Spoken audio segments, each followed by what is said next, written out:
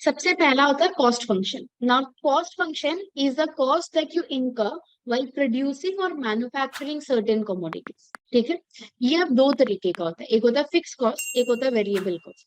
अब जैसे सपोजिंगली मैं इंस्टीट्यूट में जितने ज्यादा घंटे पढ़ाऊंगी मेरा बिजली का बिल, इलेक्ट्रिसिटी बिल उतना ज्यादा आएगा। So this is a variable cost because with the change in the number units of X, which is right now the usage, your price will change. But rent मैं अंदर में 100 लोगों को पढ़ा रही हूँ ना 2 लोग को पढ़ा रही हूँ मेरे इंस्टीट्यूट में, डज नॉट मैटर, वो तो जितना मेरे से रेंट लेगा वो तो लेगा ही। So that's a fix cost. So cost function हमेशा fix cost plus variable cost होता है। ठीक है, अब सपोजिंगली मैंने बोला the cost function, the total the fix cost incurred on repairing a machine incurred in manufacturing a certain commodity is 1200 and it is the cost of manufacturing it is rupees 10 per unit. So what will be my total cost? 1200 plus 10x. So 10x, the term which consists of your variable x or x square or x cube whatever, that's your variable cost. और जो भी बिना x के होता है वो होता है फिक्स कॉस्ट। ठीक है, अब कॉस्ट फंक्शन हो गया total cost of producing x units. फिर होता है एवरेज कॉस्ट। एवरेज कॉस्ट होता है cost of producing 1 unit. So total cost by x. फिर एक होता है मार्जिनल कॉस्ट। मार्जिनल कॉस्ट होता है rate of change of cost with respect to commodity. तो ये होता है डीसी अपॉन डीएक्स। ठीक है, तो अगर आपको कॉस्ट फंक्शन दिया है और बोला है मार्जिनल कॉस्ट निकालो तो आप डिफरेंशिएट करोगे।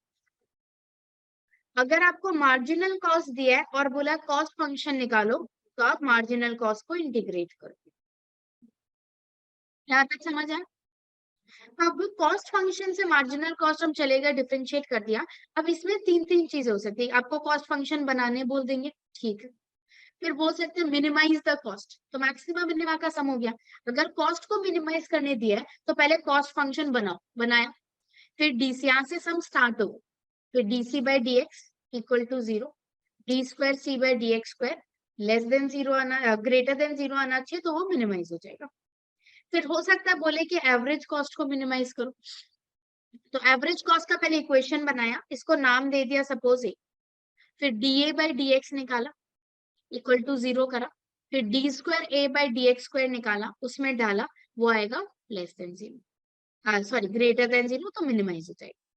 फिर मार्जिनल कॉस्ट के लिए अगर बोला मिनिमाइज करो तो मार्जिनल कॉस्ट निकाल के एम नाम दे दिया, डीएम बाई डी एक्स करा। आई डोंट केयर कि मेरा मार्जिनल कॉस्ट कैसे आया, मेरा मार्जिनल कॉस्ट आया, मार्जिनल कॉस्ट को मिनिमाइज करना है, तो मार्जिनल कॉस्ट का पहले एक्सप्रेशन निकाला डीसी बाई डीएक्स करके, एम आ गया, नाम दे दिया एम। यहां से अब सम स्टार्ट हो रहा है, एम को मिनिमाइज करना, तो D M by D X equal to 0, D square M by D X square greater than 0, minimise हो गया।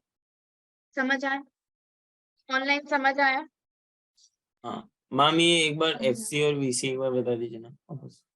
एसी हो गया एवरेज कॉस्ट, एवरेज कॉस्ट हो गया था कॉस्ट दैट यू एफसी इनकर, एफसी एफसी और फिक्स्ड कॉस्ट और वेरिएबल कॉस्ट। फिक्स कॉस्ट और वेरिएबल कॉस्ट हो गया। सपोजिंगली जैसे मैं बोलती हूँ कि अगर आपका घर में आप रह रहे हो या नहीं रह रहे हो, पीजी फॉर एग्जांपल, आप पीजी में रहो या नहीं रहो, वो महीना का खर्चा तो अगला आपसे लेगा ही, जो लेगा, क्योंकि आप रूम बुक कर रखा है, वो है फिक्स कॉस्ट। अब आप वहां पे अगर नहीं, आप अपना घर क्या हुआ है, तो आपका खाने का खर्चा, बाहर घूमने का खर्चा, ये सब 0 हो जाएगा, वो सब है वेरिएबल कॉस्ट। क्लियर? अब सपोजिंग ये आपको ऐसा बोला हुआ है द कॉस्ट फंक्शन यानी सी ऑफ एक्स, ये है x cube by 3 plus x square minus 15x plus 3।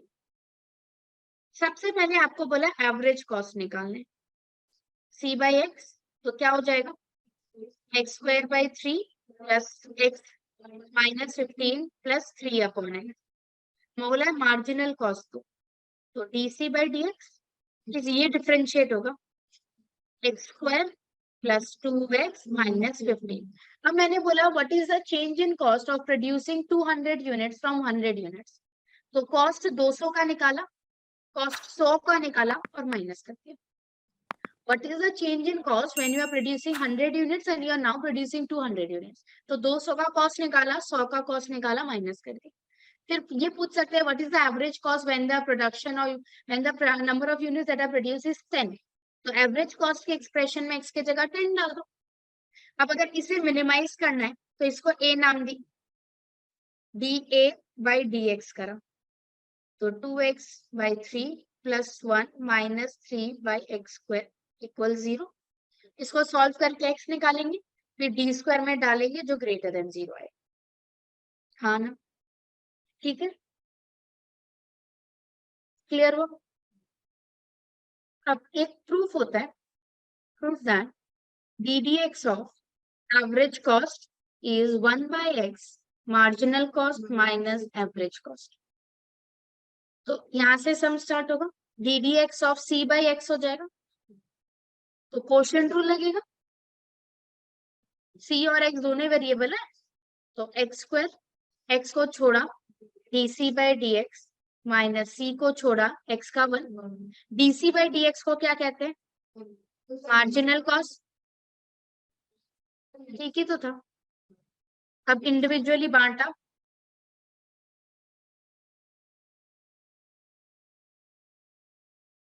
दोनों को x स्क्वायर दे दिया, क्या हुआ? ये क्वोशंट रूल लगा, डिनोमिनेटर का स्क्वायर डिनोमिनेटर. तो यहाँ पे मार्जिनल कॉस्ट बाय x हो गया, यहाँ पे मैं c by x into 1 by x लिख सकती हूँ, बिकॉज मैंने को प्रूफ में देखा कि मार्जिनल कॉस्ट के साथ एवरेज कॉस्ट है. तो ये हो गया marginal cost upon x minus average cost upon x. 1 by x common ले लिया, तो marginal cost minus average cost.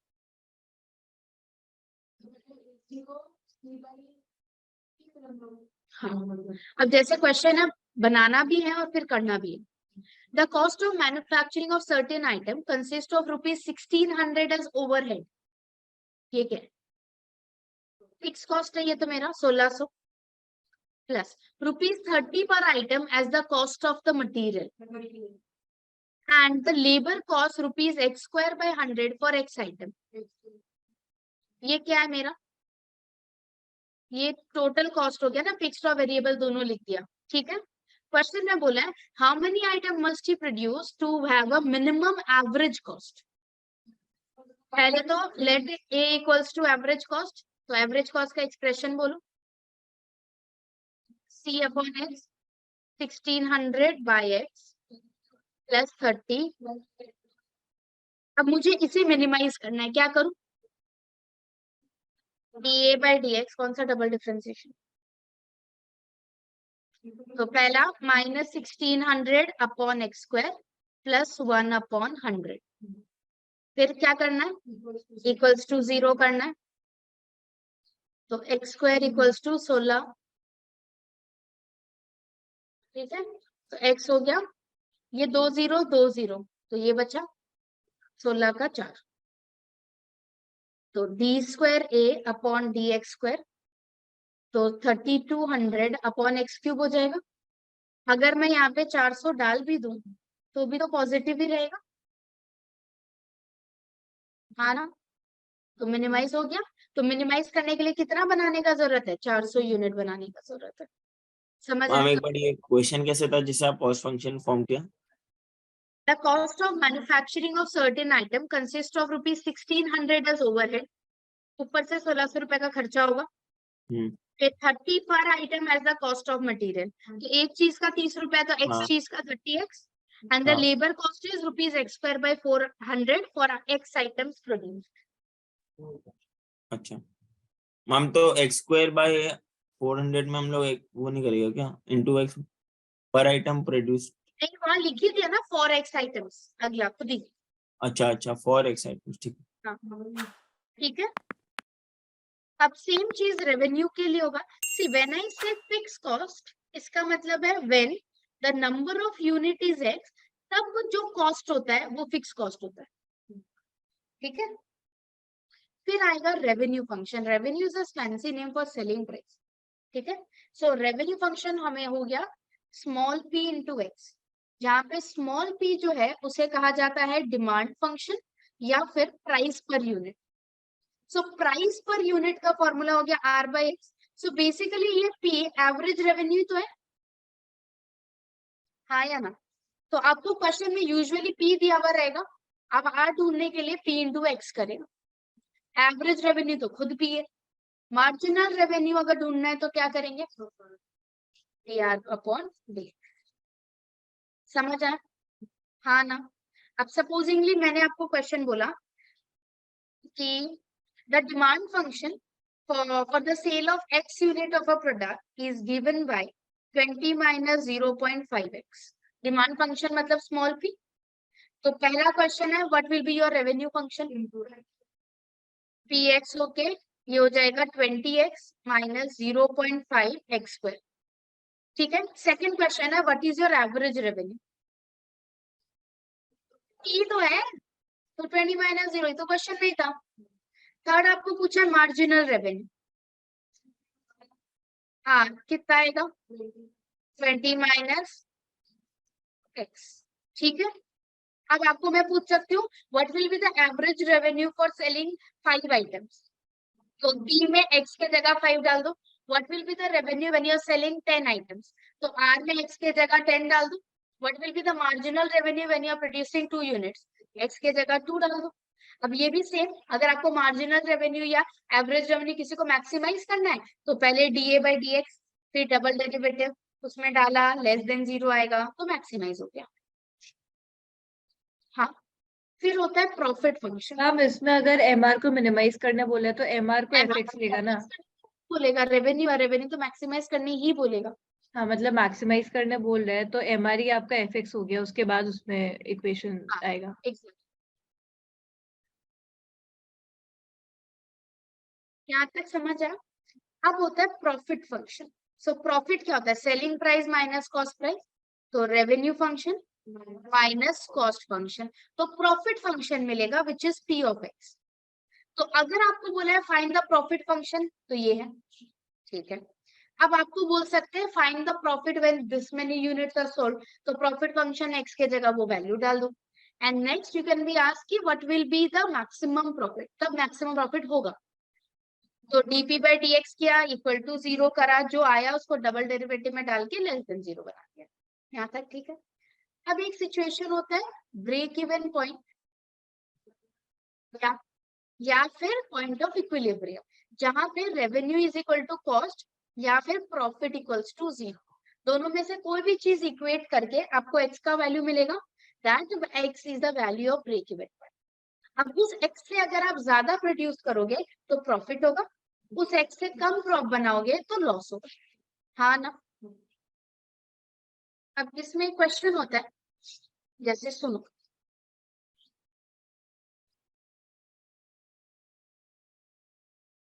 पहले तो सिंगल पॉइंट कर लेते हैं। क्वेश्चन है a shoe manufacturer is planning production of a new variety of shoes. For the first year, the fixed cost for setting up the production line is 1.25 lakh. Fix cost अगला बोल ही दिया, तो cost function में एक तो 1.25 लाख हो गया, variable cost is ₹35 for each pair of shoes. तो जैसे भी हम लोग का एक बार लिख दिया, लाख है तो आपका जीरो लगेगा, तो 3 0, 5 0 इंटू होगा तो 2 तो डेसिमल में चला गया। फिर variable cost for producing the sales department project that 1500 pairs can be sold in the first year at the rate of ₹160 a pair। तो रेवेन्यू फंक्शन 160 a pair है अगर, तो 160x हो गया, तो कॉस्ट फंक्शन बन गया, रेवेन्यू फंक्शन बन गया। अगर मेरे को प्रॉफिट फंक्शन चाहिए तो मैं क्या बोलूंगी, रेवेन्यू माइनस कॉस्ट, तो करके कितना आएगा 125x माइनस 125,000। हाँ यहाँ तक ठीक है। अब आपको मैं पूछ रही हूँ कि अगर 150 यूनिट, अब शुरू में बोला प्लस 35x कर दिया ना मैंने पूरा माइनस करके। अब अब क्वेश्चन में क्या था कि 1500 pairs were sold. अब क्वेश्चन में पूछ रहा है कि whether there was profit or loss if 1500 pairs were sold. तो आप add to x equals to 1500 p of x निकाला, ठीक है, ये आ रहा है 62,500. तो प्रॉफिट है, यदि ये नेगेटिव आता तो लॉस होता, यहाँ तक ठीक है. अब आपको पूछा what is the break even point. Break even point मतलब या तो आप रेवेन्यू इक्वल टू कॉस्ट कर सकते थे या फिर आप प्रॉफिट इक्वल्स टू 0 भी कर सकते हो. तो x हो गया 125,000 बाय 125,000 पेयर्स, ठीक है. अब क्वेश्चन में पूछा जाएगा when will you have some profit. अगर सम प्रॉफिट बोला है तो x should be greater than 1000. No loss अगर बोला है तो x will be greater than equal to 1000, ठीक है. अगर बोला सम लॉस तो x लेस देन 1000 और नो लॉस बोला है तो x less than equal to 1000. Ma'am x greater than equal to 1000 कब होगा? x greater than equals to 1000 मतलब नो, आपको सॉरी नो लॉस अगर है तो x greater than equal to 1000. Profit बोला है सम प्रॉफिट तो ये, फिर आपको बोला सम लॉस तो ये, और बोला नो लॉस तो ये. मैम वो तो नो प्रॉफिट के लिए होगा ना नीचे वाला. नो प्रॉफिट, वही नो प्रॉफिट बोला है तो ये, सॉरी ये वाला नो लॉस का हो गया, ठीक है. अब जैसे यहाँ तो एक ही आ रहा है, अगर दो ब्रेक इवन पॉइंट आता है तब ये डिक्लेरेशन कैसे देंगे. तो आपको बोला हुआ है the cost function is 4,500 plus 10x, the revenue function is 25x. Break even point निकालना है तो r इक्वल टू सी कर दिया, या प्रॉफिट फंक्शन अगर पहले निकालने बोला होता तो मैं पहले निकालती, नहीं बोला तो मैंने नहीं निकाला, मैं डायरेक्ट r इक्वल टू सी करके कर रही हूँ, हाँ ना, ठीक है. तो ये हो गया 15x इक्वल 4,500, तो x हो गया आपका 300, हाँ ठीक है. अब चलो यहाँ पे भी दो ही आ रहे हैं, एक ही आ रहा है. सपोज आपका रेवेन्यू फंक्शन है 4825x माइनस 125x स्क्वायर, आपका कॉस्ट फंक्शन है 37,500 plus 200x. Break even point निकालना है तो revenue function equals to cost function करो, ये सिंप्लीफाई अगर करेंगे तो आएगा 125x square minus 4625x plus 37,500. काट रहे हैं 1625 से, 37x प्लस 300, ठीक है. 25 इंटू 12 तो x माइनस 25 x माइनस 12, ठीक है. तो ब्रेक इवन पॉइंट 2 आ गया 25 और 12, ठीक है. अब ये ऑटोमेटिकली आप देखो ये वाला जो फंक्शन है आपका, ये आपका प्रॉफिट फंक्शन ही तो है, r माइनस सी, हाँ या ना. अब यहाँ पे आपने पूरे नंबर लाइन का 3 टुकड़ा करा, 0, 12, 25 और इंफिनिटी. आपको ये देखना है कि मेरा प्रॉफिट हुआ है या लॉस हुआ है कौन से पार्ट में, ठीक है. आप कोई भी एक नंबर ले लो, सपोज हम लोग ने लिया 1, ठीक है. 1 को यहाँ डाल गए, अगर 1 यहाँ डालेंगे तो 125 माइनस 4625 प्लस 37,500 पॉजिटिव आएगा. अगर पॉजिटिव आएगा, एक सेकेंड यहाँ पे इसमें डालो, यहाँ पे तो हम लोग को क्लियर नहीं है ना साइन कौन सा है.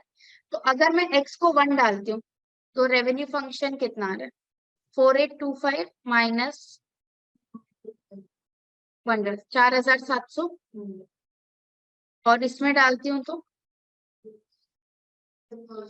700. ये तो बहुत ज्यादा है, तो कॉस्ट ज्यादा है रेवेन्यू कम है, तो यहाँ लॉस, यहाँ प्रॉफिट, यहाँ लॉस. तो अगर ये पूछा कि लॉस कहाँ होगा तो 25 से ज्यादा और 12 से कम. अगर सिंगल ब्रेक इवन पॉइंट होता है तो ग्रेटर देन दैट आपका प्रॉफिट है, लेस देन दैट आपका लॉस है. लेकिन अगर 2 ब्रेक इवन पॉइंट है तब तो 3 टुकड़ा हुआ. तब क्या करेंगे, नंबर लाइन बनाया, कोई भी एक नंबर ऑफ यूनिट्स डालो, नहीं प्रॉफिट नहीं आया. यहाँ पे देखो, यहाँ पे साइन चेंज हो गया था इसलिए हम लोग को ऐसा लग रहा है. कैसे 4 एक 0 उड़ा दिया।